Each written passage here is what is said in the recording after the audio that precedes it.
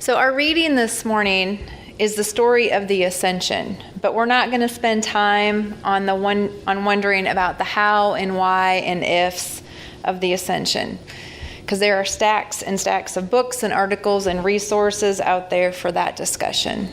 And instead, we're going to take a look at the gift of this story. And I think to receive that gift, we have to think about this story in a new way. So I'm going to begin with a different story, and it's a tale about two coyotes that is told by the Nez Perce people. Two coyotes went up the river, and they came to a big ledge. From there, they saw people living below near the river. The two friends said to each other, "You go ahead." "No, you go." And for a long time, they argued back and forth. Then one said, "You go first. They will see you and they will say, 'The coyote is going on the trail.'" "But I'm not a coyote," the second coyote said.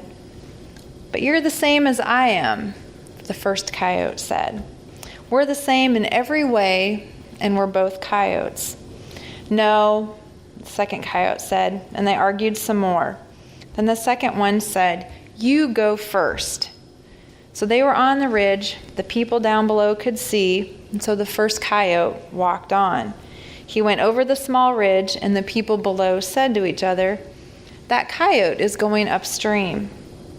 And they came out and watched the coyote going. And so, "See," the first coyote said. "What did they say? They called me a coyote. So you come too, and they're going to say the same to you. You are a coyote." "They won't," said the second coyote. "But all right, I'll go." And he slowly started walking the trail. When the people saw the second coyote, they said, "Ah, another one." "See," said the second coyote, "I'm not a coyote, I'm another one." And like the story of these coyotes, the story of the ascension has nuggets of wisdom for any one of us. And it contains things we will only see if we stop assuming that we know what we're going to find, or that it's only meant for certain people. So the Christian church doesn't celebrate the ascension because it's 40-something days after Easter, and that's just what we're supposed to do. We celebrate the ascension because we're not different from the early church who gathered around the story from the very beginning to hear what they needed. The news that they were going to receive a power greater than themselves. And perhaps even more importantly, we celebrate this day to be reminded that we have no power on our own, and we really never have. We've always needed a power that's greater than ourselves. And that's the gift of this story, regardless of our spiritual traditions and understandings, because it's the reminder that we all need a power greater than ourselves, and we can receive that power when we admit our powerlessness. In our reading this morning, the disciples were a fragile little community. They were anxious and bewildered, but they were not distraught, because they understood that any power that they would ever know would be given to them by the Spirit of God. And they aren't even told how or when. But someone in the group asks the practical question, because someone in the group always asks the practical question. And they ask, "Are you going to restore the kingdom of Israel now?" But this isn't a faith question. This is a political question. And it's like a question we might ask a candidate today who wins an election. When are you going to start implementing the campaign promises that you made? And Jesus' response to this question is that God knows the answer, but we don't. So stop worrying about having things the way you want them and wait for something else, something greater that is coming, because a gift is on its way. So wait for it. We hear those words, but we also live in a culture which is deluded by the notion that everything is up to us, that we need to take care of things, that we are in control, or we need to figure out how to get that control. This disease of addiction gives the same message. But in chapter 3 in the big book, it addresses this notion. It is not surprising that our drinking careers have been characterized by vain attempts to prove that we could drink like other people. The idea that somehow, someday, he will control and enjoy his drinking is the great obsession of every abnormal drinker. The persistence of this illusion is astonishing. We learned that we had to fully concede to our innermost selves that we were alcoholics. This is the first step in recovery. The delusion that we are like other people, or presently maybe, had to be smashed. We alcoholics are men and women who have lost the ability to control our drinking. And all of us felt at times that we were regaining control. But such intervals, usually brief, were inevitably followed by still less control, which led in time to pitiful and incomprehensible demoralization. We are convinced that alcoholics of our type are in the grip of a progressive illness. Despite all we can say, many who are real alcoholics are not going to believe that they are in that class. But every form of self-deception, experimentation, they will try to prove themselves exceptions to the rule. But this program offers something different. This fellowship offers something different. It offers a foundation to give up the notion of having to be in control and recognizing that we really haven't had control over those things that we've been spinning our wheels trying to control.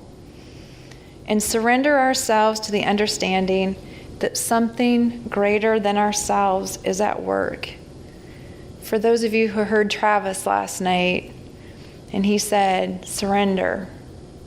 And he said, finding that relationship with a higher power. We don't always get to know why or how it's at work, but we can trust that it's at work for the greater good. I've heard it said many times that it's oftentimes hardest for those who want to intellectualize and analyze all aspects of this program to get sober. And that's again where I think we can gain a lesson from our story in Acts today. The disciples are standing there gazing with mouths wide open in amazement of what they've just seen. But they also understand the message of, okay, you have witnessed this event, but now get on with it. They are not to be stuck in the mystery of the event. Rather, they are to live with it. They are to discover the gift of new life, new hope, and new beginnings in themselves. They are to discover how this new life will move them in their own lives from things that hold them down, the things that grind them down to a new and renewed life, a hopeful life in God. God has overcome the things that try to keep life tied down and tied up so that we can also overcome these things. And we all know, especially here in this room, we all know that there is a lot of things in our lives that try to hold us down. There's violence and war, and that violence and war can be in our world, in our cities, and even in our own hearts. There are oppressive systems that keep people tied down in grinding poverty and hopelessness. And there is sickness and sadness in our own experiences and lives. And as much as addiction may try, and as much as our minds may try, you simply cannot hold God down. God will not be held down, kept down, or tied down by any of these realities, because God's spirit and energy and love are stronger. And sometimes it takes a while. It can take us a while to feel that connection and really build that relationship with God. And I don't believe that this is because God holds back. Instead, I think it's oftentimes our expectations of how we want God to respond and act that gets in the way of being able to already see how God is at work in our lives. So we hear these words again. Stop worrying about having things the way you want them and wait for something else. Wait for that power greater than ourselves that is coming. A gift is on the way. Wait for it. God has given us life and hope and love, and God has given us a new beginning for our lives. But God also wants us to get on with it because we are not tied down anymore. We get to be the bearers of the message and reality of God's love and the promises of recovery. We talk about the importance of giving back what you have received, and that is what I believe we also hear in our reading this morning. We get to live as witnesses that recovery really works, and that building a relationship with a higher power really works. God has made us partners, with one alcoholic and addict helping another, with one family member helping out another. And we get to witness this when people discover that they don't have to be held down by addiction. They can be released from the bondage of addiction into something new, something that draws them out of themselves and into the life and power of God and this program. There is a lot that can keep human beings down, but the questions for the day are this. Are we going to settle for being tied down to the throes of addiction or anything else that keeps us tied down? Are we going to settle for being held down? Or are we willing to let go and ascend up higher? Are we willing to be released for something new?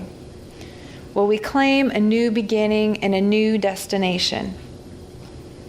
And so today, on this day, some remember as Ascension, but all of us can remember that it's God's Spirit at work in our lives that makes all manner of impossible things possible.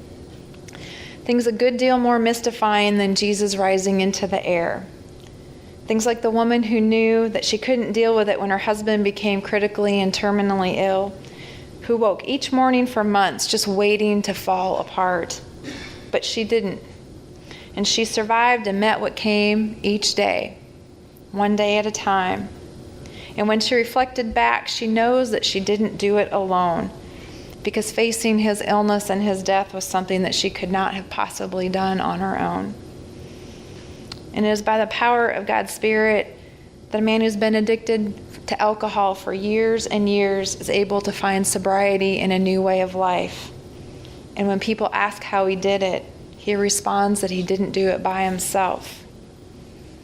There are so many things that try to keep us down and try to convince us that we are not God's beloved children. Sickness, uncertainty, anger, poverty of good and poverty of spirit, and addiction, and so much, much more. But they can't keep us down. For the love of God lifts us to new life and new hope and to God's own self. Amen.